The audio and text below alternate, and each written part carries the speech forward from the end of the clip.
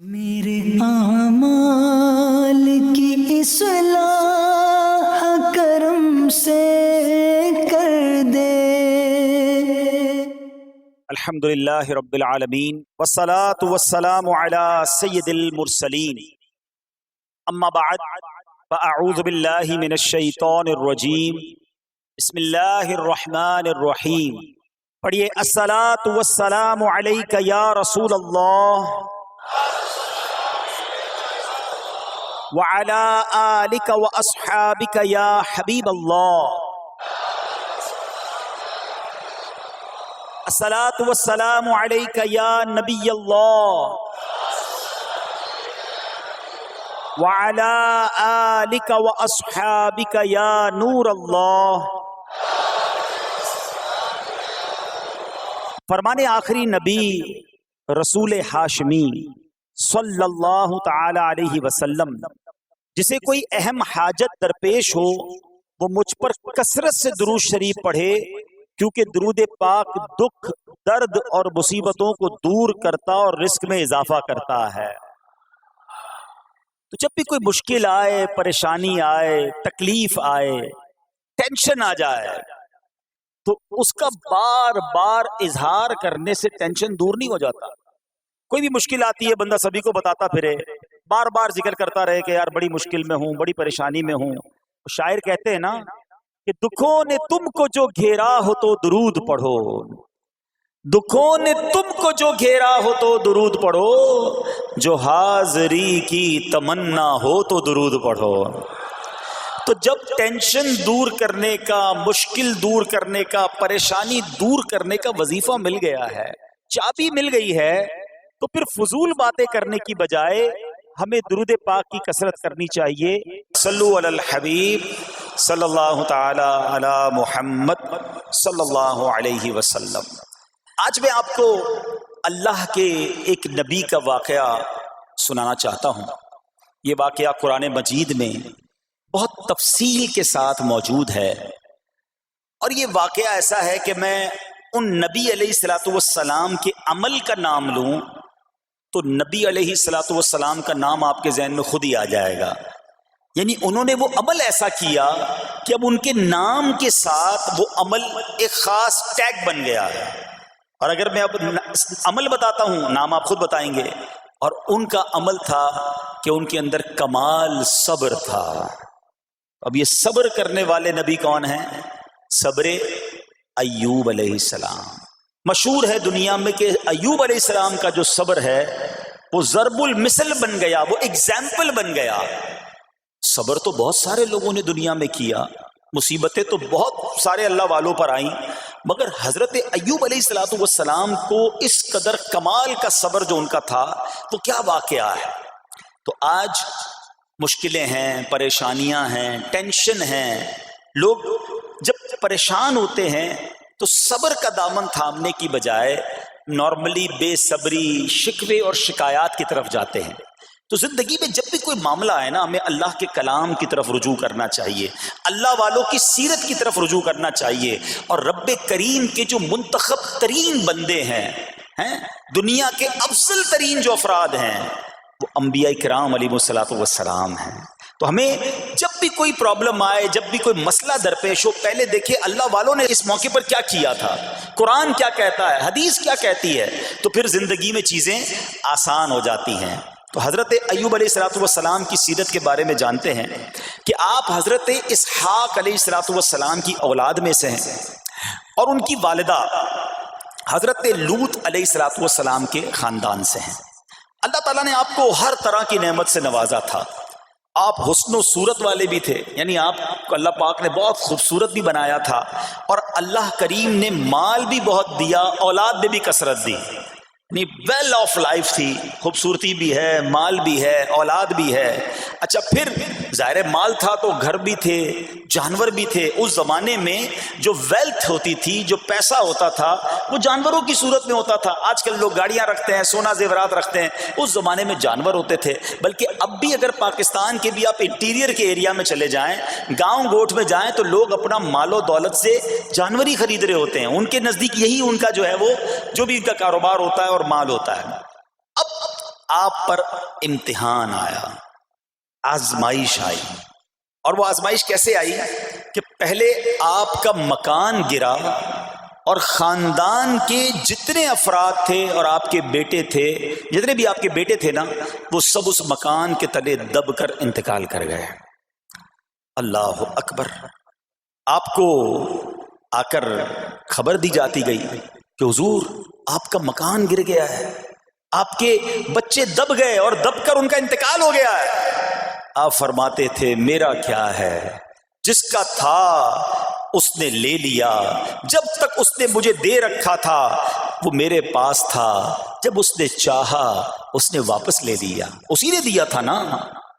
تھوڑی دیر بعد خبر آئی کہ آپ کے جتنے جانور تھے، ہزارہا اونٹ تھے، بکریاں تھی، ریوڑ کے ریوڑ تھے، سارے جانور جو ہیں وہ مر گئے. کسی نے آ کر کہا کہ اب آپ کی جتنی دولت تھی، جتنے جانور تھے، وہ بھی مر گئے. سبحان اللہ. آپ اللہ کا شکر بجا لاتے، کہتے یا اللہ جو رب کا تھا اس نے واپس لے لیا، اسی کا تھا، جتنی دیر چاہا میرے پاس رہا، واپس لے لیا اس نے. میں اپنے رب کی رضا پر راضی، میں اس امتحان پر راضی ہوں. اللہ اکبر. اب کیا ہوا کہ آپ کی تمام کھیتیاں اور جو باغات تھے، بہت بڑی زمینیں تھیں، بڑے بڑے کھیت تھے، وہ بھی سارے کے سارے برباد ہو گئے. کسی نے آ کر بتایا کہ حضور اب تو کھیت بھی گئے، اب باغات بھی گئے. آپ نے فرمایا کہ جس کا تھا اس نے لے لیا، میں اس کی رضا پر راضی ہوں. جب تک میرے پاس تھا وہ میرے پاس تھا، اب رب نے واپس لینا چاہا تو اس نے لے لیا. اب he was empty handed، یعنی اب کچھ بھی نہیں تھا، نہ بچے ہیں، نہ مال ہے، نہ جانور ہے، نہ مکان ہے. مگر حضرت ایوب علیہ السلام کی زبان پر پھر بھی شکر ہے، اب بھی شکر ہے، شکوہ نہیں ہے کہ اللہ میں تیری رضا پر راضی ہوں. لیکن ابھی امتحان ختم نہ ہوا تھا، اور اس امتحان کے پیچھے بعض مفسرین نے ایک اور قول بھی نقل کیا کہ شیطان نے حضرت ایوب علیہ السلام کو دیکھ کر اللہ کی بارگاہ میں کہا کہ مولا یہ تیرا بندہ اس لیے تیرا شکر گزار ہے کہ تو نے اسے بڑا نوازا ہے، بڑا مال دیا ہے، اولاد دی ہے، گھر دیا ہے. اب رب کریم نے حضرت ایوب پر امتحان بھیجا تاکہ پتہ چلے کہ میرے نیک بندے امتحان کے بعد بھی صبر کرتے ہیں. لیکن اب سب چلا گیا نا، تو شیطان نے کہا کہ ابھی جان تو باقی ہے نا، صحت تو باقی ہے. اللہ اکبر. مزید آزمائش آئی اور یہ ہوا کہ آپ کو بیمار کر دیا گیا. مبارک جسم پر بڑے بڑے آبلے پڑ گئے، پھوڑے جس کو کہتے وہ پڑ گئے. اس حال میں آپ کے سارے دوست بھی آپ کو چھوڑ کے چلے گئے. آج کل ویسے بھی حال ایسا ہی ہے جناب، جب تک پیسہ ہے، شہرت ہے، آپ کے پاس کوئی مال ہے تو آس پاس بہت سارے لوگ ہوتے ہیں. مگر جب یہ سب چیزیں چلی جائیں نا تو بعض اوقات ایسی کنڈیشن میں اپنے اور پرائیوں کی جانچ بھی ہو جاتی ہے کہ اب کون کھڑا ہے. دوستی مال کے لیے تھی، دوستی شہرت کے لیے تھی، دوستی منصب کے لیے تھی، یا کسی کی ذات سے واقعی خالص دوستی تھی. اب کیا ہوا، آپ کے سارے رشتہ دار، سارے دوست بھی دور چلے گئے، سوائے آپ کی فرما بردار زوجہ تھی جن کا نام تھا رحمت بن افراہیم، اور یہ حضرت یوسف علیہ السلام کی پوتی بھی تھی، اللہ کے نبی کی آل سے تھی. وہ آپ کی خدمت کرتی رہی. اب جسم پر پھوڑے ہیں، آبلے ہیں، ایک بیوی ہے، نہ پیسہ ہے، نہ مال ہے، نہ بچے ہیں، واٹ ایور جو تھا سب ختم. مگر زبان ہے کہ اس پر پھر بھی اللہ کا ذکر جاری ہے، پھر بھی شکر جاری ہے، پھر بھی صبر ہے. بات کرنا آسان ہے جناب، مشکل آئے اور صبر کرے بندہ. اصل امتحان یہ ہے، زباں پر شکوائے رنجو علم لایا نہیں کرتے، زباں پر شکوائے رنجو علم لایا نہیں کرتے، نبی کے نام لیوا غم سے گھبرایا نہیں کرتے. ہم میں سے کسی پر ایسی آزمائش نہیں آئی نا. چھوٹی موٹی آزمائشیں تو آتی رہیں گی. ایک بات یاد رکھنا، یہ زندگی کی جو گاڑی ہے نا، یہ مسائل کے پہیوں پر ہی چلتی ہے. ہمیں بعض اوقات کسی کی گاڑی، کسی کا مکان، کسی کا خوبصورت چہرہ، کسی کی مسکراہٹ دیکھ کر لگتا ہے یار یہ تو دنیا کا سب سے سخی آدمی ہے. ایسا نہیں. تو یہ نہ سمجھے کہ سارا جہان جناب سخی ہے اور میں اکیلا دکھی ہوں، ایسا نہیں ہوتا. بلکہ ہر اس جہاں میں تقریباً ہر بندہ ایسا ہوتا ہے جس کے ساتھ کوئی نہ کوئی دکھ لگا ہوا ہوتا ہے، کوئی نہ کوئی پریشانی ہے. کسی کو مال کی پریشانی، کسی کو روزگار کی پریشانی، کسی کو بیماری لگی ہے، کسی کو اور ٹینشن ہے. تو یہ کبھی بھی نہ سوچے کہ میں زندگی گزاروں گا اور کوئی ٹینشن نہیں آئے گی. تیار رہو امتحان کے لیے، امتحان ضرور آنا ہے. اب کمال یہ ہے کہ اس امتحان میں پاس کون ہوتا ہے. حضرت ابراہیم پر امتحان آیا، زبان پر صبر ہے، شکر ہے، شکوہ نہیں ہے. اب کیا ہوا کہ آپ کا سال ہاں سال تک یہ حال رہا. یہ 2-4 مہینے کا پرابلم نہیں تھا، کئی سال تک آپ بیمار رہے. آپ کی زوجہ جو ہے وہ خدمت کرتی رہی. اچھا یہاں ایک غلط فہمی دور کر دوں کہ کچھ لوگ یہ کہتے ہیں، یہ کتابوں میں پتہ نہیں کچھ کتابوں میں لکھ دیا گیا کہ حضرت ایوب علیہ الصلوۃ والسلام کو معاذ اللہ کوڑ کی بیماری ہو گئی تھی. ایسا بالکل نہیں تھا. کوڑ کی بیماری نہیں ہوئی تھی، بلکہ نہ کوڑ ہوا نہ جزام ہوا. آپ کو جسم پر پھوڑے پھنسیاں جن کو کہتے ہیں آبلے نکل آئے تھے. کیونکہ کوڑ کی بیماری وہ ہوتی ہے کہ جس سے لوگ نفرت یا حقارت کرتے ہیں. اللہ کے کسی بھی نبی کو کبھی بھی کوئی ایسی بیماری نہیں ہوئی جس کی وجہ سے لوگ اس سے حقارت یا نفرت کریں یا دور بھاگیں. کیونکہ اللہ نے ان نفوس قدسیہ کو، ان نیک بندوں کو، ان منتخب شخصیات کو لوگوں کی ہدایت کے لیے بھیجا ہے. ان کو کبھی کوئی ایسی چیز نہیں ہوئی کہ جس سے لوگ گھن کھا کر دور بھاگیں. تو یہ بالکل غلط ہے. البتہ آپ کے جسم پر آبلے تھے، پھوڑے تھی، اور اللہ اکبر آپ اس حال میں کیا رب سے عرض کرتے تھے؟ آپ عرض کرتے تھے، قرآن میں یہ الفاظ موجود ہیں، انی مسنی الضر وانت ارحم الراحمین. ترجمہ کیا ہے؟ مجھے تکلیف پہنچی اور تو سب مہر والوں سے بڑھ کر مہر والا ہے، رحم کرنے والوں میں سب سے بڑھ کر رحم کرنے والا ہے. یعنی اللہ کی بارگاہ میں یہ عرض کرتے تھے، یا اللہ تکلیف پہنچی ہے، رحم تو نے کرنا ہے، تو ارحم الراحمین ہے. زمانے سے نہیں کہتے تھے. یہاں ایک اور پرابلم ہے. میں کوئی مسئلہ ہوتا ہے، پرابلم آتی ہے، ہم ساری دنیا سے کہتے ہیں یہ مسئلہ ہو گیا، یہ پرابلم ہو گئی. نہیں، ساری دنیا میں سے کوئی آپ کا مسئلہ حل نہیں کر سکتا. اس سے بات کرو نا جو مسائل کو حل کرنے والا ہے، اس سے عرض کرو نا جو مصیبت کو دور کرنے والا ہے. ادھر ادھر جانے کی بجائے پرابلم یہ ہے جب بھی مشکل آتی ہے ہم سب کے پاس جاتے ہیں، ہم رب کے پاس نہیں جاتے ہیں. جاؤ اس کے پاس جو حل المشکلات ہے، جو مصیبتوں کو حل کرنے والا ہے، اس کی بارگاہ میں فریاد کرو. وہ شاعر کتنی پیاری بات لکھتے ہیں نا، یہ بہت سارے لوگوں کے لیے درس ہے جو اپنی پرابلمز کے لیے دنیا والوں کے پاس جاتے ہیں. ارے اگر پکارنا ہے تو اللہ کی بارگاہ میں پکارو، التجا کرنی ہے تو اللہ کے حبیب سے عرض کرو نا. شاعر لکھتے ہیں، کسی کا احسان کیوں اٹھائیں، کسی کو حالات کیوں بتائیں، کسی کا احسان کیوں اٹھائیں، کسی کو حالات کیوں بتائیں. تمہیں سے مانگیں گے تم ہی دو گے، تمہارے در سے ہی لو لگی ہے. ہم اللہ کی بارگاہ میں عرض کریں، اللہ کے حبیب کی بارگاہ میں لو لگائیں. دنیا والوں کے پاس کچھ نہیں رکھا، لیکن ہم دنیا والوں کو بتا کر اپنے صبر کا ثواب بھی ضائع کر دیتے ہیں. دیکھو حضرت ایوب علیہ السلام کا صبر، کسی سے نہ کہا، اللہ کی بارگاہ میں عرض کرتے رہے. اب آپ کی آزمائش کا وقت پورا ہوتا ہے، دعا کرتے رہے، التجا کرتے رہے، صبر کرتے رہے. حکم ہوا کہ اپنا پاؤں زمین پر مارو. حضرت ایوب علیہ السلام نے پاؤں زمین پر مارا تو زمین سے ایک چشمہ پھوٹ اٹھا. حکم الہی سے حکم دیا گیا کہ اب اس پانی سے غسل کرو. آپ نے جب اس پانی سے غسل کیا تو آپ کی تمام بیماریاں دور ہو گئیں. پھر آپ 40 قدم چلے، دوبارہ زمین پر قدم مارنے کا حکم دیا.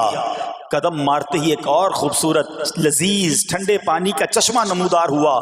پانی ٹھنڈا، میٹھا اور لذیذ تھا.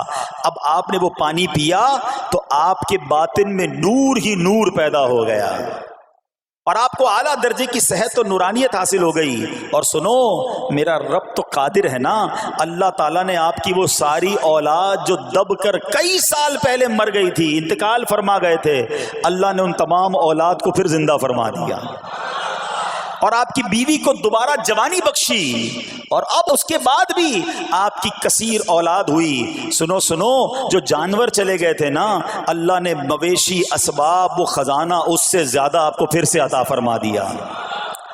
صبر کیا تھا نا.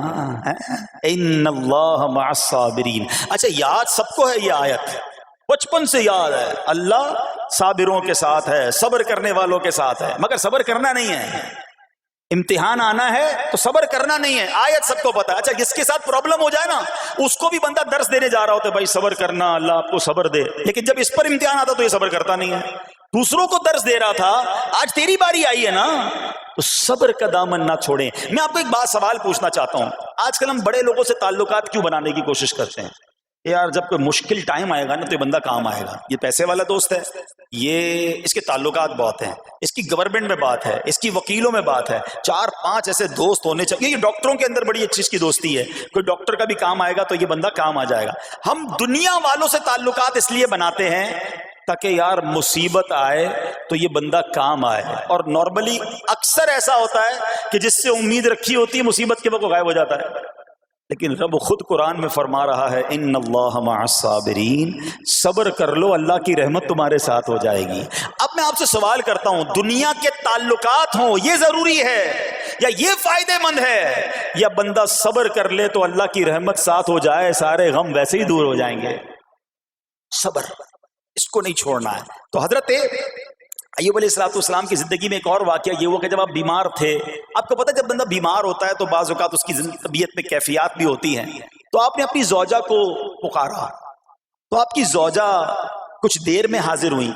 تو آپ نے جلال میں آ کر اس کو 100 درے, اپنی زوجہ کو 100 کوڑے مارنے کی قسم کھا لی. اب جب صحت آ گئی تو قسم تو آپ نے کھائی ہوئی تھی, تو اب کیا کرتے؟ اس بیوی نے تو خدمت بھی بہت کی تھی, اب اسے کوئی خاص کیفیت تھی, آپ نے قسم اٹھا لی تھی. سبحان اللہ, ایوب علیہ السلام کو اللہ کریم نے قرآن میں کیا حکم دیا کہ اے ایوب آپ ایک یعنی 100 جس کو کہتے ہیں تنکے 100 تنکوں والی جھاڑو لیں اور اس جھاڑو کو ایک مرتبہ اپنی بیوی کو مار دیجئے تو آپ کی قسم جو ہے وہ پوری ہو جائے گی, یعنی قسم کا کفارہ نہیں دینا ہوگا. اللہ اکبر. اللہ نے اس نبی علیہ السلام کی فرما بردار بیوی کی جو سزا تھی یا جو معاملہ تھا اس کو کتنا آسان فرما دیا. تو رب کریم نے قرآن مجید فرقان حمید میں اس کو کس طرح بیان فرمایا, وَخُذْ بِيَدِكَ ضِغْثًا فَاضْرِب بِهِ وَلَا تَحْنَثْ, فرمایا کہ اپنے ہاتھ میں ایک جھاڑو لے کر اسے مار دے اور قسم نہ توڑ. اِنَّا وَجَدْنَاهُ صَابِرًا, فرمایا ہم نے اسے صابر پایا. نعم العبد, کیا اچھا بندہ. اِنَّهُ اواب, بے شک وہ بہت رجوع لانے والا ہے. ارے آج دنیا کسی کو کہے یہ صبر والا ہے, حضرت ایوب کی شان دیکھو کہ رب فرما رہا ہے قرآن میں اِنَّا وَجَدْنَاهُ صَابِرًا, اور ہم نے ایوب کو صبر کرنے والا پایا, صابر پایا. اللہ حضرت ایوب کے صبر کے صدقے ہمیں بھی صابرین میں شامل فرما لے. اللہ اکبر, سبحان اللہ. اور رب کریم نے جو اواب فرمایا, علماء کہتے ہیں کہ یہ اواب کے لاجواب خطاب کو جو آپ کے سر مبارک پر ایک تاج کی طرح رکھ دیا گیا, کیونکہ اواب کے معنی کیا ہے؟ انہو اواب, بے شک وہ بہت رجوع لانے والا ہے. اللہ اکبر. صبر کیا تو رب نے کیسے کیسے القاب جو ہیں وہ قرآن میں عطا فرمائے. یہاں ایک اور بات بھی سیکھنے والی ہے کہ حضرت ایوب علیہ السلام کے صبر کا کمال یہ ہے کہ قرآن میں ذکر آ گیا. اب صبح قیامت تک حافظ تلاوت کریں گے, تراویح میں قرآن پڑھا جائے گا, جب بھی قرآن کی تلاوت دنیا کے کونے کونے میں کی جائے گی, قیامت تک حضرت ایوب کے صبر کا ذکر ہوتا رہے گا. جب آپ صبر کرتے ہیں اللہ رسول کو راضی کر لیتے ہیں, اللہ ان ناموں کو بلند فرما دیتا ہے. بہرحال میرے پیارے اسلامی بھائیوں, اب یہاں تھوڑا سا ایک شرعی مسئلہ بھی سمجھ لیں. بعض اوقات کہ آپ لفظ سنتے ہیلا, اچھا کچھ لوگ جب یہ لفظ ہیلا سنتے ہیں تو کنفیوز ہو جاتے ہیں, یار یہ کیا, ایک کام کرنا تھا اس کو ایک اور طریقے سے کر دیا, ہمیں سمجھ نہیں آ رہا. عجیب عجیب سی لوگ باتیں کرتے ہیں. سبحان اللہ. علماء فرماتے ہیں پہلے ہیلے کا مسئلہ سمجھ لیں. فتاوی عالمگیری میں ہے جو ہیلا کسی کا حق مارنے یا اس میں شبہ پیدا کرنے یا باطل ذریعے سے فریب دینے کے لیے کیا جائے وہ مکروہ ہے, اور جو ہیلا اس لیے کیا جائے کہ آدمی حرام سے بچ جائے یا حلال کو حاصل کر لے وہ اچھا ہے. انما الاعمال بالنیات, غلط نیت سے ہیلا کہ کسی کا حق دبا لوں یا معاذ اللہ زکوٰۃ ادا ہی نہ کرنی پڑے, اللہ کو کوئی دھوکہ نہیں دے سکتا, اللہ دیکھ رہا ہے کہ اس کی نیت کیا ہے. لیکن ہیلا اس لیے ہے کہ حرام سے بچ جائے، حلال حاصل کر لیا جائے، تو اس کی جو جواز کی صورتیں ہیں علماء نے فرمایا یہ آیت اس میں دلیل ہے. اور آیت کیا تھی؟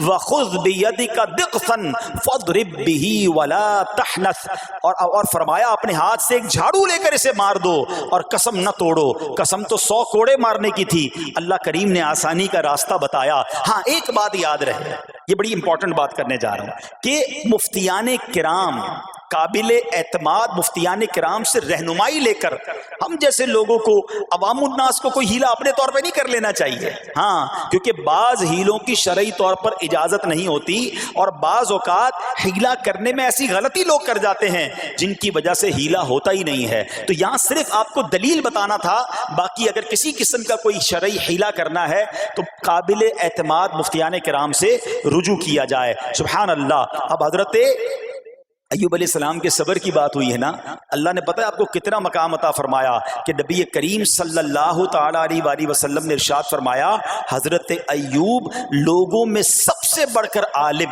صابر اور غصہ پینے والے تھے. حضرت ابن مسعود رضی اللہ تعالیٰ عنہ سے مروی ہے کہ حضرت ایوب علیہ السلام قیامت کے دن صبر کرنے والوں کے سردار ہوں گے. ہاں صبر کرنے والوں کے بھی سردار ہوں گے. اچھا بعض اوقات ہوتا کیا ہے، اچانک کوئی پرابلم آ گئی، کہیں آگ لگ گئی، گاڑی میں نقصان ہو گیا، پیسے چوری ہو گئے، موبائل چوری ہو گیا، کوئی چیز میں نقصان ہو گیا، کاروبار میں نقصان ہو گیا، صحت خراب ہوئی. بندہ کہتا ہے یار یہ میرے ساتھ کیوں ہوا ہے، میں نے ایسا کیا کیا ہے. بعض اوقات زبان سے شکوے، شکایت، حالانکہ قرآن مجید فرقان حمید نے تو پہلے ہی ہمیں بتا دیا ہے. ہمارا پرابلم پتہ ہی کیا ہے، ہم بہت ساری باتیں جانتے ہیں دنیا کی، قرآن و حدیث پڑھتے نہیں ہیں، تو مینٹلی پریپیئرڈ نہیں رہتے. آپ کو پہلے ہی پتا ہو کہ یار گرمیاں آنے والی ہیں، تو اچانک گرمیاں آئیں گی تو پریشان نہیں ہوں گے نا. آپ کو پتا تھا جون جولائی میں گرمیاں ہوتی ہیں، بھائی سردیاں نہیں ہوتی. آپ پنکھا بھی تیار رکھتے ہیں، ٹھنڈا پانی کا انتظام بھی رکھتے ہیں، گرمی کے وقت باہر کم نکلتے ہیں. اور سردیاں آتی ہیں آپ کو پہلے ہی پتا ہوتا ہے، رضائی تیار کر لیتے ہیں، سویٹر نکال لیتے ہیں. ایسا نہیں ہوتا کہ صبح اٹھتے تو 40 ڈگری ہوتا ہے، دوسرے دن اٹھتے تو 5 ڈگری ہوتا ہے. بندہ کہ یار آج ٹھنڈ کی ہو گئی، کل گرمی کی ہو گئی. مینٹلی پریپیئرڈ جب بندہ ہوتا ہے تو وہ تیار ہوتا ہے. اگر جو قرآن پڑھنے والا ہے، حدیث پڑھنے والا ہے، اس کو تو پہلے ہی مینٹلی پریپیئرڈ ہونا ہے. کیوں؟ قرآن کا وعدہ ہے نا، قرآن کا اعلان سنو. اللہ کریم قرآن مجید میں کیا ارشاد فرماتا ہے؟ بسم اللہ الرحمن الرحیم وَلَنَبْلُوَنَّكُمْ بِشَيْءٍ مِّنَ الْخَوْفِ وَالْجُوعِ وَنَقْصٍ مِّنَ الْأَمْوَالِ وَالْأَنفُسِ وَالثَّمَرَاتِ وَبَشِّرِ الصَّابِرِينَ. اور ضرور ہم تمہیں آزمائیں گے. کیا فرمایا؟ ضرور آزمائیں گے، تیار رہو. there is examination. اچھا آزمائش کن کی چیزوں کی ہوگی؟ سبحان اللہ. قرآن نے لسٹ بھی دے دی ہے کہ آزمائش کیا ہوگی. فرمایا کچھ ڈر سے، اچانک خوف آ جاتا ہے نا، کوئی دشمن آ جاتا ہے، کوئی دھمکی دے رہا ہوتا ہے، اچانک حالات خراب ہو جاتے ہیں، دل میں خوف بیٹھ جاتا ہے.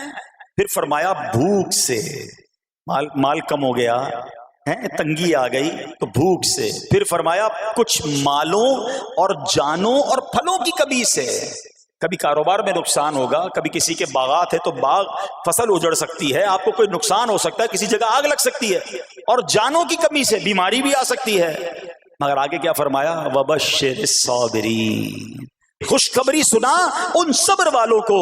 اور جب سبحان اللہ یہ ایگزام آتا ہے نا، جو اس ایگزام سے نکل جاتا ہے تو رب نے فرمایا خوشخبری ہے. اللہ اکبر. ہم نے زندگی میں دیکھا ہے جس نے مصیبت پر صبر کیا، اللہ کی رضا پر راضی رہا، اللہ نے مشکل سے بھی نکالا اور پہلے سے اسے زیادہ عطا فرما دیا. ہمارا پرابلم ہی ہم ٹیسٹ میں فیل ہو جاتے ہیں. جیسے امتحان شروع ہوا، واویلا شروع، شور شروع، شکوے شروع. سب کو بتانا، حالانکہ کر کوئی نہیں سکتا لیکن سب کو بتائیں گے. نہ کرو ایسا، میں جانوں میرا رب جانے، مجھے کیوں کسی کو بتانا. ہاں وہ کریم ہے، وہ دیکھ رہا ہے کہ میرا بندہ صبر کر رہا ہے. سبحان اللہ. حضرت سیدنا امام ابو جعفر محمد بن جریر طبری تفسیر طبری میں اس آیت مبارک کے تحت فرماتے ہیں، یعنی ہم تمہیں دشمن کے خوف، قحط سالی، شدید بھوک و فقر و فاقہ، فصلوں کی کمی، مقاصد کے حصول میں مشکلات، کفار سے جنگ کے دوران افرادی قوت میں کمی اور اہل و عیال کی موت وغیرہ کے ذریعے آزمائیں گے. اور یہ سب چیزیں بطور امتحان ہوں گی تاکہ تمہارے سچے جھوٹوں سے اور اہل بصیرت منافقوں سے سے جدا ہو جائیں. یعنی اس ٹیسٹ میں پتہ چل جائے گا کون اللہ والا ہے, کون صبر والا ہے, کون اللہ کی رضا پر راضی رہنے والا ہے. سنو سنو, جب یہ تکلیف آتی ہے نا تو اس کا پھر اجر کتنا ملتا ہے. شہنشاہ نبوت مخزن جود و سخاوت صلی اللہ تعالی علیہ وسلم نے ارشاد فرمایا, جو دنیا میں ہی اپنی ہر خواہش کی تکمیل کر لے تو یہ چیز آخرت میں اس کے اور اس کی خواہش کے درمیان آڑ اور پردہ بن جائے گی. اور جو مالداروں کی زینت کی طرف اپنی نگاہیں دراز کرے تو وہ آسمان والوں کے سامنے بے عزت ہو جاتا ہے. اور جو شدید بھوک پر صبر کرے اللہ عز و جل اس کو جنت الفردوس میں جہاں چاہے گا ٹھکانہ عطا فرمائے گا. ہاں, ہر چیز پوری ہو جائے, جو چاہیے وہ مل جائے, یہ نہیں ہونا چاہیے. کچھ نہ کچھ آزمائشیں آئیں گی, اور اگر سب ادھر مل گیا تو ادھر پھر کیا ملے گا. ہم اللہ سے یہ دعا کرتے ہیں کہ ادھر بھی عطا فرمائے, ادھر بھی محروم نہ کرے. ہاں, ہمیں ڈرتے بھی رہنا چاہیے کہ یار میں جو مانگتا ہوں ادھر مل جاتا ہے, کہیں وہاں محروم نہ رہ جاؤں. تو آزمائش آئے تو صبر کرنا چاہیے, اللہ کی رضا کے طور پہ زندگی گزارنی چاہیے. ایک بار نبی پاک علیہ الصلوۃ والسلام انصار کے پاس تشریف لے گئے تو فرمایا کیا تم مومن ہو؟ بڑا کمال کا سوال جواب ہے, ذرا غور کیجئے گا. ہمارے پاس بھی کوئی آ کر کہے کہ کیا تم مومن ہو تو ہم کیا جواب دیں گے؟ صحابہ خاموش رہے. سیدنا فاروق اعظم نے کہا حضور ہاں ہم مومن ہیں. شاید ہمارا بھی جواب یہی ہوگا مومن ہیں. مگر اگلا سوال سنو نبی پاک علیہ الصلوۃ والسلام کا. فرمایا کہ اگر تم مومن ہو تو تمہارے ایمان کی علامت کیا ہے؟ ہاں, اب ہم سے کوئی یہ سوال کرے تو ہم جواب کیسے دیں گے؟ بھائی تم کہہ رہے ہو مومن ہیں, واٹ از دا سمٹمز, کوئی نشانی کوئی علامت تو بتاؤ نا. اب یہ سوال کرنے والے کون ہیں؟ پیارے آقا صلی اللہ تعالی علیہ وآلہ وسلم. صحابہ سامنے بیٹھے ہیں. ارشاد فرمایا مومن ہو تو علامت کیا ہے؟ تو کیا شاندار جواب دیا کہ صحابہ کرام نے کہ ہم جب فراخی کی حالت ہوتی ہے نا, آسانی ہوتی ہے تو ہم شکر ادا کرتے ہیں. جب آزمائش آتا ہے, کوئی پرابلم آتی ہے, ہم صبر کرتے ہیں اور اللہ کے فیصلے پر راضی رہتے ہیں. نبی اکرم علیہ الصلوۃ والسلام نے جواب میں کیا فرمایا؟ رب کعبہ کی قسم تم مومن ہو. تو پتہ یہ چلا کہ مومن ہونے کی نشانی یہ ہے کہ جب اچھے دن آئیں تو شکر کرے, اور مشکل کے دن آئیں تو اللہ کی رضا پر, اللہ کے فیصلوں پر راضی رہے, صبر کرے. اب آؤ سوال کرتے ہیں. اچھے دن آتے تو ہم کیا کرتے ہیں؟ ارے بھائی میں تو انتظار میں تھا, تھوڑے پیسے آئیں تو فلاں عیاشی کروں, فلاں گناہ کروں. تھوڑے پیسے تھے تو وہ کام ہی نہیں کر پا رہا تھا, اب تو موقع لگا ہے, اب تو دن آئے ہیں. معاذ اللہ, جس کو اللہ نعمتیں دیتا ہے, فراخی دیتا ہے, تو وہ اللہ کی نافرمانی میں لگ جاتا ہے. اور جب اس کو کوئی آزمائش بھیجتا ہے تو وہ ناشکری کہہ کر, بلکہ بعض اوقات تو کفریہ کلمات منہ سے نکال کر ایمان سے بھی ہاتھ دھو بیٹھتا ہے. ایسا نہیں ہونا چاہیے. عقل مند وہ ہے, یاد رکھنا کہ رب جتنی عطائیں بڑھائے ہم اتنے سجدے بڑھائیں, ہم اتنے صدقے بڑھائیں. دیکھو نا دنیا میں کیا ہوتا ہے, آپ کو کوئی تحفہ دے, آپ کیا کہتے ہیں؟ شکریہ, جزاک اللہ. دوبارہ تحفہ دے, آپ کہتے ہیں بہت مہربانی. تیسری بار دے, بندہ کہ یار یہ تو مجھ پر کتنا مہربان ہے. اتنی مہربانیاں. ناراض نہیں ہونا چاہیے. جو تمہیں دنیا میں 2-4 تحفے دے دے تم اسے ناراض نہیں کرنا چاہتے. جب سے میں پیدا ہوا, جب سے وہ نواز رہا ہے, وہ ناراض نہ ہو جائے اس کا کوئی خیال نہیں. وہ دیے جا رہا ہے. ہم تو دیکھتے ہیں نا, بندہ غریب ہوتا ہے, تھوڑے گناہ, جیسے جیسے امیر ہوتا گیا اس کے پر پرزے نکلنا شروع ہو جاتے ہیں, مسجد سے دور, نمازوں سے دور, معاذ اللہ حرام کاموں میں پڑ جاتا ہے. ارے اللہ کے بندے, تجھے رب نواز رہا ہے, تیرے تو سجدے بڑھنے چاہیے تھے. لیکن ہوتا کیا ہے, وہ عطائیں بڑھاتا ہے, لوگ خطائیں بڑھاتے ہیں. نہ کرو ایسا. جب فراخی ہو, جب اللہ کی طرف سے آسانی ہو تو شکر ہو, اور جب آزمائش آئے تو صبر ہو. یہی مومن کی نشانی ہے. اور اللہ سے دعا کرتے ہیں کہ اللہ کریم ہمیں اپنے شکر گزار اور صبر کرنے والے بندوں میں شامل فرما لے. اور یقین کریں صبر کا جو پھل ہے نا, وہ کہتے ہیں نا صبر کا پھل میٹھا. او ہو, بالکل ٹھیک کہا, بلکہ بہت میٹھا ہے. سنو, اللہ عز و جل فرماتا ہے کہ جب میں کسی بندے کو بیماری میں مبتلا کروں, ہو سکتا ہے یہاں بھی میرا کوئی بھائی بیمار بیٹھا ہو, مدنی چینل کے ناظرین میں سے کوئی بیمار بیٹھا ہو. دیکھو بیماری آئے نا, شکوہ مت کرنا, صبر کرنا. فضیلت سنو, حدیث قدسی ہے, اللہ فرماتا ہے جب میں اپنے کسی بندے کو بیماری میں مبتلا کروں اور وہ اس پر صبر کرے, کسی سے شکایت نہ کرے, تو میں اس کے گوشت کو اچھے گوشت سے اور اس کے خون کو اچھے خون سے بدل دیتا ہوں. پھر اگر اسے شفا دیتا ہوں تو ایسی شفا دیتا ہوں کہ اس کے نامہ اعمال میں کوئی گناہ نہیں رہتا, اور اگر میں اسے دنیا سے اٹھا لوں تو اسے اپنی رحمت کاملہ کے سائے میں لے جاتا ہوں. ارے کمال ہو گیا, بیماری آئی, بیماری جب جاتی ہے تو گناہوں سے بھی پاک کر کے جاتی ہے. صرف ایک ہی تو کنڈیشن ہے, صبر کرنا. بیماری آئی, صبر کرنا. ہاں, کسی سے بات نہ کریں, شکوہ نہ کریں, اللہ کی بارگاہ میں عرض کریں مولا تیری مہربانی, ہاتھ میں درد ہے باقی جسم تو سلامت ہے, اے اللہ آنکھ میں درد ہے باقی جسم تو سلامت ہے, اے اللہ گردوں میں پرابلم ہے میرا باقی جسم تو سلامت ہے, یہ بھی تیری مہربانی ہے. اللہ کرے کہ ہم شکر گزار بندے بن جائیں, کیونکہ یہ بیماری تو ہمارے گناہ معاف کروانے آئی تھی, مگر افسوس یہ ہے کہ جو گناہ معاف کروانے والا کام ہمارے ساتھ ہوا اس میں بھی ہم نے اللہ کو ناراض کر دیا اور شکوے شکایات کی. سنو اس نے اخلاق کے پیکر نبیوں کے تاجور صلی اللہ تعالی علیہ وسلم نے ارشاد فرمایا, ابھی تو صرف بیماری کی بات ہوئی نا, اب آؤ اگر کسی کو کاروبار میں نقصان ہو گیا, کسی کے پیسے کم ہو گئے, کسی کی جان و مال کا کوئی نقصان ہوا, کوئی آگ وغیرہ لگ گئی, سنو اللہ کے حبیب علیہ الصلوۃ والسلام فرماتے ہیں کہ اللہ ارشاد فرماتا ہے, پھر حدیث قدسی ہے کہ جب میں اپنے کسی بندے کے بدن یا اس کے مال یا اس کی اولاد کی طرف کوئی سختی بھیجوں, پھر وہ صبر جمیل کے ساتھ اس کا استقبال کرے, تو قیامت کے دن مجھے اس سے حیا آئے گی کہ میں اس کے لیے میزان قائم کروں یا اس کا نامہ اعمال کھولوں. ہائے ہائے ہائے, سمجھتے ہو اس کا مطلب؟ اللہ فرما رہا ہے مجھے حیا آئے گی کہ اپنے بندے سے اب کیا حساب لوں. جب آزمائش بھیجی تھی تو اس نے صبر کیا تھا, اس نے شکوہ نہیں کیا تھا. خدا کی قسم میں آپ سے پوچھتا ہوں, میرا کوئی نقصان ہو جائے اور قیامت کے دن میرا نامہ اعمال نہ کھولا جائے, مجھے اللہ کی بارگاہ میں حساب نہ دینا پڑے, مجھے بتاؤ یہ دنیا کے حساب نقصان کی کیا حیثیت ہے اگر ادھر بخشا جائے. سنو تو صحیح, رب فرما رہا ہے کہ مجھے حیا آتی ہے کہ اس کے لیے میزان قائم کروں یا اس کا نامہ اعمال کھولوں. ارے یہ ساری دنیا کی دولت, یہ ساری دنیا کی آسائش ایک طرف, اگر قیامت کے دن حساب کتاب میں آسانی مل جائے, اللہ بلا حساب جنت میں داخل کر دے, اس سے بڑھ کر کوئی نعمت نہیں. مگر آج افسوس یہ ہوتا ہے کہ اگر کسی پر امتحان آتا ہے وہ اس امتحان میں فیل ہو جاتا ہے. اس حدیث میں ایک لفظ استعمال ہوا صبر جمیل کے ساتھ. اب یہ بھی بڑا مسئلہ ہے کہ لوگوں کو یہی نہیں پتا کہ صبر جمیل ہے کیا. لوگ کہتے تو بہت ہیں, اللہ پاک آپ کو صبر جمیل عطا فرمائے. اب اس سے پوچھو بھائی صبر جمیل کی تعریف کیا ہے, تو پھر تعریف نہیں پتا ہوتی. یہ کسی جمیل بھائی کا صبر نہیں ہے کہ جس کو صبر جمیل کہا جاتا ہے. صبر جمیل کی تعریف سمجھو. علماء کہتے ہیں کسی مصیبت زدہ اور غیر مصیبت زدہ کو برابر میں دیکھو, مگر دونوں میں کوئی فرق نظر نہ آئے.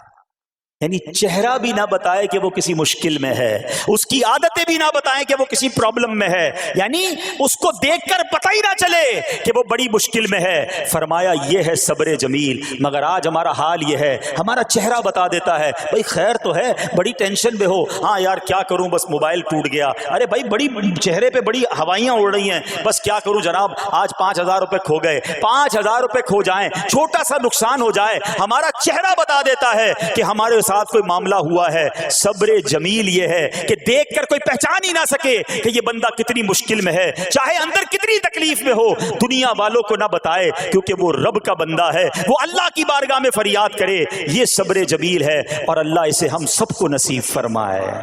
ہاں یہ بڑی کمال کی بات ہے. ہم کیا کرتے ہیں, سارے جہان کو بتاتے ہیں. اچھا پھر آخر میں لوگ کہتے بھی ہیں, جب پورے محلے کو بتا دیا نا, پھر اس کے بعد کہتے ہیں بس کیا کریں بھائی صبر ہی کر رہے ہیں. اب آپ صبر نہیں کر رہے حضرت, ہاں آپ کا صبر چلا گیا, آپ نے ساری دنیا کو تو بتا دیا. صبر یہ ہے کہ صبر پہلے صدمے پر ہوتا ہے. جیسے ہی آپ کو کوئی صدمہ لگا نا, اب آپ جانے رب جانے, نہ بتائیں کسی کو, ٹھیک ہے. وہ الگ بات ہے آپ کسی کو دعا کے لیے کہہ دیں, لیکن بڑا نقصان ہو گیا, بڑی مشکل ہو گئی, بڑی پریشانی ہو گئی, اس سے حل تو کوئی نہیں ہونا. اچھا ہمارا ماجرا ایک اور بھی بڑا عجیب ہے, مشکل ہو جائے تو سب کو بتاتے ہیں, آسانی ہو جائے تو پھر کسی کو نہیں بتاتے. 5,000 کا نقصان سارے محلے کو پتا ہے, 50,000 کا فائدہ ہوا پھر کسی کو بتایا آپ نے؟ نہیں یار بتاؤں گا تو نظر لگ جائے گی. گھر والوں کو تو بالکل بھی نہیں بتاؤں گا, خرچہ بڑھا دیں گے. گھر والوں کو ساری ٹینشن کی خبریں جا کے دے رہے ہوتے ہیں، مارکیٹ میں بڑا نقصان ہو گیا، آج بڑا مندہ ہے، ارے بھائی کاروبار بالکل نہیں ہے، تاکہ گھر والوں کا خرچہ روک سکے. اور جیسے ہی کاروبار اچھا ہو گیا گھر جاتے پھر بھی وہی والا منہ بنا لیتے ہیں تاکہ ان کو پتہ نہ چلے میں بڑے پیسے کمانے لگا ہوں. یہ نہ کیا کریں. ہاں ٹینشن آپ کسی کو بتا کر اپنا صرف ثواب ضائع کرتے ہیں، باقی کچھ نہیں ہوتا. کرنا رب نے ہے، اور یہ اگر آزمائش میرے درجے بلند کرنے آئی ہے، اگر یہ آزمائش مجھے اللہ کے قریب کرنے آئی ہے تو پھر تو اس کا استقبال ہونا چاہیے نا. ہاں ہمارے بزرگان دین تو آزمائشوں کا استقبال کیا کرتے تھے. اور سنو، یہاں ہو سکتا ہے کہ میرا کوئی نابینا بھائی بیٹھا ہو. بعض اوقات ایسا بھی ہوتا ہے کہ اچانک کسی کی بینائی چلی جاتی ہے، آنکھیں ٹھیک ہوتی ہیں اور اچانک ایکسیڈنٹ ہوا یا کوئی واقعہ ہوا ہے. بہت بڑی آزمائش. اللہ اس آزمائش سے ہمیں محفوظ رکھے. مگر دیکھو میرے رب کی شان دیکھو، جب بھی کوئی تکلیف آتی ہے نا بندہ صبر کرے، اس تکلیف کا اجر تیار ہے، اس کا کمال سے اس کی رحمت تیار ہے، رحمت کی برسات تیار ہے. سنو، اللہ فرماتا ہے کہ اے جبرائیل، جب میں اپنی کسی بندے کی بینائی لے لوں تو اس کا اجر یہ ہے کہ میں اسے اپنے دیدار سے مشرف فرماؤں گا. ہاں آنکھیں گئی ہیں مگر اللہ فرماتا ہے میں اپنا دیدار کرواؤں گا. بس صرف صبر کرنا ہے. اسی طرح میرے پیارے اسلامی بھائیوں، بعض لوگوں کے یہاں بچے کا انتقال ہو جاتا ہے، چھوٹے چھوٹے بچوں کا انتقال ہو جاتا ہے، یا بعض اوقات پیدائشی بچہ مرا ہوا ہوتا ہے پیدا، اس کا انتقال ہو جاتا ہے، یا بعض اوقات ولادت سے پہلے ہی بچہ ضائع ہو جاتا ہے.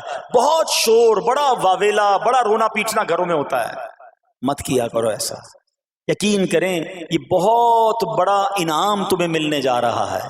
ایسا نہ ہو یہ رونا پیٹنا، یہ بے صبری، یہ اللہ کی بارگاہ میں شکوے شکایات، اتنے بڑے تم اجر سے محروم رہ جاؤ. سنو، اللہ کے آخری نبی صلی اللہ تعالی علیہ وسلم نے فرمایا جس مسلمان جوڑے کے 3 بچے انتقال کر جائیں اللہ عز و جل ان بچوں پر فضل و رحمت کرتے ہوئے ان دونوں یعنی ماں باپ کو جنت میں داخل فرمائے گا. صحابہ کرام نے عرض کی کسی کے 2 بچے، فرمایا 2 بچے بھی، پھر عرض کی اور 1، فرمایا 1 بھی، پھر فرمایا اس ذات کی قسم جس کے قبضہ قدرت میں میری جان ہے، جس عورت کا کچا بچہ فوت ہو جائے یعنی حمل ضائع ہو جائے اور وہ اس پر صبر کرے تو وہ بچہ اپنی ماں کو اپنی ناف کے ذریعے کھینچتا ہوا جنت میں لے جائے گا. یہ تو جنت کا ٹکٹ تھا. مگر شکوے شکایات، الامان والافیز، گھر میں موت میت کو نقصان ہو جائے، ہماری عورتیں، ہمارے گھر کے افراد وہ واویلا کرتے ہیں. معاذ اللہ، بعض اوقات تو کفریہ کلمات زبان پر ہوتے ہیں. معاذ اللہ ثم معاذ اللہ، کہتے کہ اللہ کو ہمارا ہی گھر ملا تھا، اتنے چھوٹے بچے کا کیا قصور تھا. استغفر اللہ. یہ تمہارے جملے، ایک تو گھر میں مصیبت پہلے ہی آئی ہوئی ہے اور تم اللہ پر اعتراض کر کے معاذ اللہ اللہ کو ظالم کہہ کے اپنا ایمان بھی ضائع کر بیٹھے، یہ تو اس سے بڑی مصیبت ہو گئی نا. تو نہ کریں ایسا. سیکھو. آج میں نے آپ کے سامنے حضرت ایوب علیہ السلام کی سیرت اور قرآنی واقعہ بیان کیا کہ سب کچھ چلا گیا مگر وہ اللہ کی رضا پر راضی تھے. رب نے انہیں صبر کرنے والا بندہ بھی فرمایا اور ساری نعمتیں پہلے سے زیادہ عطا فرما دی. ہاں بالکل نوازا جائے گا. صبر کا دامن اگر نہ چھوڑیں. سنو ہمارے اسلاف کیسے صبر کرتے تھے. حضرت سیدنا فتح موصلی رحمت اللہ تعالی علیہ کی زوجہ محترمہ رضی اللہ تعالی عنہا کا پاؤں پھسل گیا اور ان کا ناخن ٹوٹ گیا. وہ مسکرانے لگی. اللہ اکبر. کبھی کبھی ہمارا بھی ناخن ٹوٹا ہوگا، بہت تکلیف ہوتی ہے. ناخن ٹوٹے تو جان نکل جاتی ہے مگر آپ مسکرانے لگی. کسی نے پوچھا کہ آپ کو ناخن ٹوٹنے کا درد نہیں ہوا، آپ مسکرا رہی ہیں؟ تو فرماتی ہیں کہ اس درد پر جو ثواب ملے گا نا، مجھے درد پر صبر کروں گی اور جو مجھے اس پر ثواب ملے گا تو اس ثواب کے تصور نے میرے درد کی تلخی کو دور کر دیا. ہائے ہائے ہائے، یہ ہے اللہ والے. ہاں صبر کرنا کوئی ان سے سیکھے. میرے پیارے اسلامی بھائیوں، احادیث میں، روایتوں میں یہ مضمون ملتا ہے کہ اللہ کریم کی بارگاہ میں بندے کا کوئی درجہ رکھا ہوتا ہے. یعنی اللہ کی رضا یہ کہ بندہ اس سٹیج تک پہنچ جائے، اس درجے تک پہنچے، مگر وہ نماز کے ذریعے، روزوں کے ذریعے، عبادتوں کے ذریعے اس درجے تک نہیں پہنچتا. پھر اللہ اس پر آزمائش بھیجتا ہے کہ میرا بندہ صبر کر لے تاکہ صبر کر کے اس درجے کو حاصل کر لے. ہائے ہائے، یعنی مجھ پر کوئی آزمائش آئی تھی میرے درجے بڑھانے، مگر ہائے میری بے صبری کہ میں نے وہ درجہ پانے کا موقع ضائع کر دیا، میں نے وہ ثواب پانے کا موقع ضائع کر دیا۔ خدا را یاد رکھنا، اگر کسی آزمائش سے گزر رہے ہو تب بھی، اور اگر آئندہ کوئی آزمائش آئے، صبر کا دامن نہ چھوڑنا، یہ تصور کر لینا کہ یہ میرے گناہ معاف کرنے کا ذریعہ بن رہا ہے، یہ میرے درجے بڑھانے کا ذریعہ بن رہا ہے۔ اور سنو، جب مصیبت آئے تو پڑھنا کیا ہے؟ رسول اللہ صلی اللہ تعالی علیہ وآلہ وسلم نے فرمایا، جو مصیبت کے وقت انا للہ و انا الیہ راجعون کہتا ہے تو اللہ عز و جل اس کی پریشانی دور فرما دیتا ہے اور اس کے کام کا انجام اچھا فرماتا ہے، اور اسے ایسا بدل عطا فرماتا ہے جس پر وہ راضی ہو جاتا ہے۔ تو یہ پڑھ لیں، لیکن شکوہ نہ کریں، دنیا والوں کو بتانے کی حاجت نہیں۔ اچھا، وہ جو میں بات کر رہا تھا کہ تکلیف سب کو بتانی ہے اور راحت کے بارے میں کسی کو کوئی شکر کرتا ہوا نظر نہیں آتا۔ ایک بار ایک شخص کے سر پر جو ہے نا وہ تکلیف ہوئی نا، سر میں درد ہو گیا، اس نے پٹی باندھی اور گھومنے لگا۔ اس زمانے میں حضرت رابعہ بصریہ رضی اللہ رحمۃ اللہ تعالی علیہ، اللہ کی بہت بڑی ولیاں ہیں، آپ نے اس کو دیکھا کہ کیوں پٹی باندھی ہے؟ وہ کہتا سر میں درد تھا اس لیے پٹی باندھی ہے۔ بات تھوڑی سی باریک ہے، سمجھدار لوگ سمجھیں گے، اس لیے پٹی باندھی ہے کہ سر میں درد تھا۔ اللہ اکبر۔ اس اللہ والی نے پتہ ہے کیا کہا؟ آپ کہتی ہیں کبھی صحت کی پٹی بھی باندھی ہے؟ یہ جملہ ہے بڑا سمجھنے والا ہے، یعنی اللہ نے اتنے دنوں تک صحت میں رکھا تو کسی کو نہیں بتایا، اور تھوڑے دنوں کی تکلیف آئی تو پٹی باندھ کے سب کو بتانے چلا ہے کہ رب نے بیمار کیا ہے۔ ہاں، ہمیں اللہ کریم کی طرف سے آزمائش ہمیشہ تھوڑی آتی ہے۔ اگر اپنی زندگی کا ہم پورا عرصہ کیلکولیٹ کریں نا کہ بھئی 40 سال کا کوئی بندہ ہو گیا ہے تو کتنے دن ہوئے 40 سال میں؟ ٹھیک ہے، ایک بار کبھی بیٹھ کے اکیلے میں حساب کرنا، اتنے ہزار دن میں نے دنیا میں گزارے، کتنے دن بیمار رہا؟ تو شاید چند دن، 100 دن، 50 دن، 200 دن بنیں گے۔ کئی ہزار دنوں میں سے اگر چند دن اللہ نے مجھ پر آزمائش ڈالی تو ہزاروں دن راحت بھی تو ڈالی نا، صحت بھی تو عطا فرمایا۔ اتنے دن جس رب نے چھاؤں میں کھڑا کیا، اگر تھوڑی دیر کے لیے دھوپ آئی ہے تو مجھے شکوہ نہیں کرنے چاہیے۔ یاد رکھنا، ہر رات کے بعد صبح ہے، ہر دھوپ کے بعد چھاؤں ہے۔ اگر تم انتظار کرو گے تو رب ایسی رحمت تم پر نازل کرے گا، اپنے غیب کے خزانوں سے عطا فرمائے گا۔ قرآن میں رب نے وعدہ کیا ہے، وَمَن يَتَوَکَّلْ عَلَى اللَّهِ فَهُوَ حَسْبُهُ، جو اللہ پر بھروسہ کرے اللہ اس کے لیے کافی ہے۔ مگر ہمارا پرابلم یہ ہے کہ جب مشکل آتی ہے ہم یہ ساری باتیں بھول کر بس شکوہ، شکایات اور پریشانی میں چلے جاتے ہیں۔ ارے آپ اس مصیبت کو اللہ کی طرف سے نعمت سمجھ لو، اللہ کی طرف سے یہ سمجھ لو کہ میرے گناہ معاف کروانے، میرے درجات بلند کرنے کے لیے آیا ہے۔ اچھا، اب ایک اور بات، بعض اوقات شیطان ہے نا، وہ کسی کے دماغ میں وسوسہ ڈالتا ہے کہ یار جب میں نمازیں نہیں پڑھتا تھا نا تب تو اتنا پریشان نہیں رہتا تھا، جب سے نمازیں شروع کی، دعوت اسلامی کے اجتماع میں آنے لگا، مدنی قافلوں میں سفر شروع کر دیا، اب تو میں نے کچھ ذمہ داری بھی لینا شروع کر دی ہے۔ ارے میں نے جب سے امامہ پہنا ہے، یہ داڑھی رکھ لی ہے، میری کوئی اسلامی بہن سن رہی ہے کہ بے پردہ گھومتی تھی تو کوئی اتنا ٹینشن نہیں تھا، اب میں نے جناب پردہ کرنا شروع کیا ہے، قرآن پڑھنا شروع کیا ہے تو ٹینشنیں شروع ہو گئی ہیں۔ اب شیطان بعض لوگوں کے ذہنوں میں یہ وسوسہ ڈالتا ہے کہ میں تو دین کے قریب ہو رہا ہوں، اللہ کے قریب ہو رہا ہوں، اور مجھ پر آزمائشیں کیوں آ رہی ہیں؟ سنو سبحان اللہ، اللہ کے حبیب علیہ الصلوۃ والسلام کی کیا شان ہے۔ ہم اعلیٰ حضرت ایسے ہی نہیں کہتے کہ میں نثار تیرے کلام پر، ملی یوں تو کس کو زبان نہیں، وہ سخن ہے جس میں سخن نہ ہو، وہ بیان ہے جس کا بیان نہیں۔ میرے آقا نے کم و بیش 1450 سال پہلے یہ مسئلہ سالو کر دیا۔ حضرت سیدنا سعد بن ابو وقاص رضی اللہ تعالیٰ عنہ فرماتے ہیں کہ میں نے عرض کی یا رسول اللہ صلی اللہ تعالیٰ علیہ وسلم، سب سے زیادہ مصیبتیں کن لوگوں پر آئیں؟ گلی مکا دی نا، پنجابی میں کہتے ہیں نا، گالی بات ہی ختم کر دی۔ حضور یہ بتائیں سب سے زیادہ مصیبتیں کن لوگوں پر آئیں؟ پیارے آقا نے فرمایا انبیاء پر۔ اللہ اکبر، اللہ کے سب سے قریب تو انبیاء ہیں نا، انبیاء پر۔ پھر ان لوگوں کے بعد جو لوگ بہتر ہیں، پھر ان کے بعد جو بہتر ہیں۔ سنو اب اگلا جملہ، بندے کو اپنی دینداری کے اعتبار سے مصیبت میں مبتلا کیا جاتا ہے۔ اگر وہ دین میں سخت ہوتا ہے اس کی آزمائش بھی سخت ہوتی ہے، اگر وہ دین میں کمزور ہوتا ہے تو اللہ عز و جل اس کی دینداری کے مطابق اسے آزماتا ہے۔ بندہ مصیبت میں مبتلا ہوتا رہتا ہے یہاں تک کہ اس کے دنیا میں ہی اس کے سارے گناہ بخش دیے جاتے ہیں۔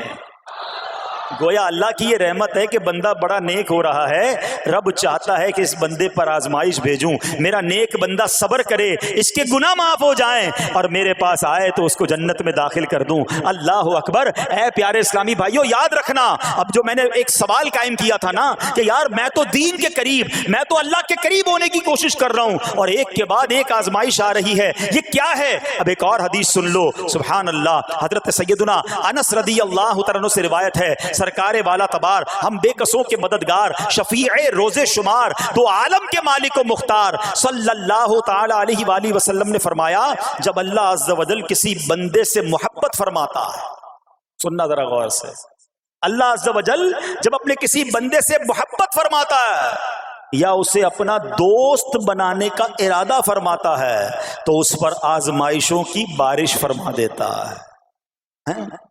اب سوال ہے نا کہ میں اللہ دوست بھی بنا رہا ہے، اللہ کریم اس پر محبت بھی فرما رہا ہے اور آزمائشیں بھی بھیج رہا ہے۔ دوست پر آزمائشیں کون بھیجتا ہے؟ دوست کو تو راحتیں ڈالی جاتی ہیں۔ ہائے ہائے، اب یہی تو امتحان ہے، یہی تو چیک ہے۔ سنو، نبی پاک فرماتے ہیں جب اللہ اس پر آزمائش بھیجتا ہے نا، وہ بندہ اپنے رب کو پکارتا ہے، اے میرے رب عز و جل، تو اللہ فرماتا ہے میرے بندے تو جو کچھ مجھ سے مانگے گا میں تجھے عطا فرماؤں گا، تو جلد ہی تجھے دے دوں گا اور اسے تیری آخرت کے لیے ذخیرہ کر دوں گا۔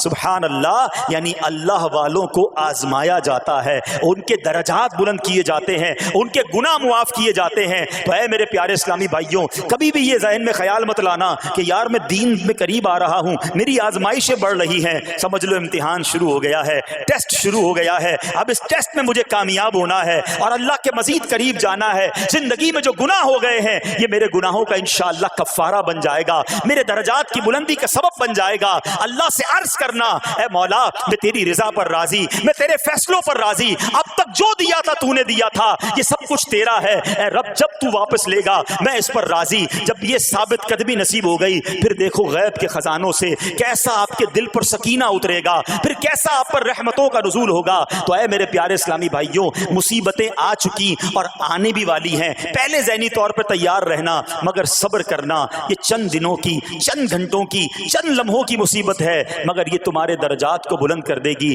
رب کریم صبر کرنے والوں کو پسند فرماتا ہے، اور جو میں نے بات کہی تھی کہ صبر بھی کریں اور جب اللہ کریم کی طرف سے راحتیں آ جائیں تو شکر بھی کریں۔ کیا شاندار رب کا قرآن میں فرمان ہے، اللہ فرماتا ہے وَإِذْ تَأَذَّنَ رَبُّكُمْ لَئِن شَكَرْتُمْ لَأَزِيدَنَّكُمْ وَلَئِن كَفَرْتُمْ إِنَّ عَذَابِي لَشَدِيدٌ۔ اللہ قرآن میں فرماتا ہے اور یاد کرو جب تمہارے رب نے اعلان فرما دیا کہ اگر تم میرا شکر ادا کرو گے میں تمہیں اور زیادہ عطا کروں گا۔